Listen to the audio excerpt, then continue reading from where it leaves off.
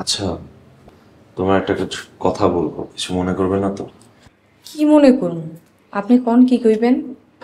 দেখো, এখন মানে আমি এখন তোমাকে কাজের মেয়ের পরিচয় দিব বাসায়।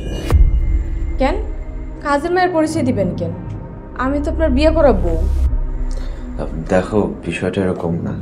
বিষয়টা হচ্ছে, আমি তো তোমাকে হুট করে বিয়ে করছি, আর বাসা বাড়িতে কেউ জানে না আমাদের বিয়ের ব্যাপারটা। এখন যদি হুট করে মা এসে দেখে আমাদের বিয়ে হয়েছে, বুঝতেই তো পারতেছো যে কোনো কিছুই হইতে পারে। মা যদি অজ্ঞান হয়ে যায়, তখন একটা চাপের মুহূর্ত সৃষ্টি হবে। আমি চাই না সেই মুহূর্তটা সৃষ্টি হোক। আর তুমি তো আমার বউ আছোই, আস্তে আস্তে দু একদিনের মধ্যে আমি বলে দিব। সো এটা নিয়ে টেনশন করো না, ওকে? আচ্ছা, আপনি যেটা ভালো মনে করেন। তাহলে কিন্তু কথা এটাই রইল, মন থাকে যাতে।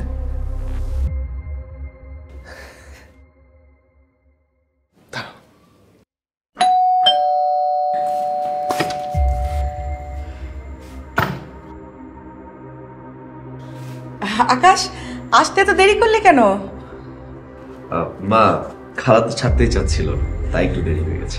এই জন্যই তোকে ছোট লোকদের বাড়িতে যেতে নিষেধ করি। এই মেয়েকে ও, হিমে হচ্ছে ওই আজকে থেকে আমাদের বাসায় কাজ করবে, আমাদের কাজের মেয়ে, গ্রাম থেকে নিয়ে এসেছি। আচ্ছা আয় ভিতরে আয়। আয় মেয়ে, ঘরের সব কাজকর্ম ঠিক মতো করতে পারো তো? জি, সব কাজ পারি। আচ্ছা ঠিক আছে, আয় ভিতরে। এই আসার সময় দরজাটা লাগিয়ে দিও।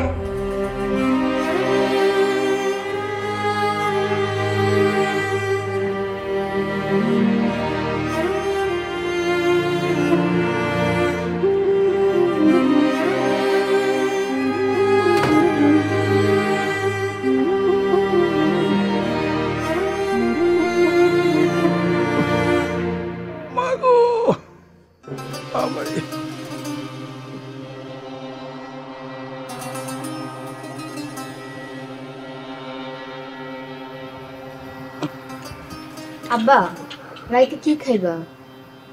দুইটা দিন মুড়ি খেয়ে কাটাইবে মনে। আপু যদি আর না হ্যাঁ?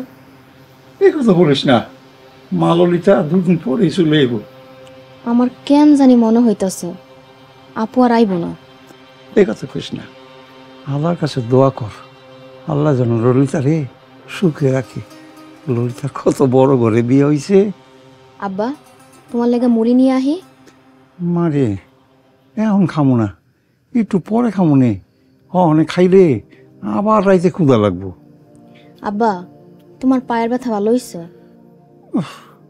না রে মা, অহনো ব্যথা আছে। আচ্ছা, আমি তোমার পাউডার ঠিক পারবো। আমার একটা গল্প শোনাও, আপুর লেগে খারাপ লাগতেছে। আয় বয়। মাগো, আল্লাহ। গল্প শুনবি? শোন, এক দেশে আসিল এক রাজা, তার আছে একটা ছেলে আর দুইটা মেয়ে। রাজা তার মেয়ের যে কত ভালোবাসে।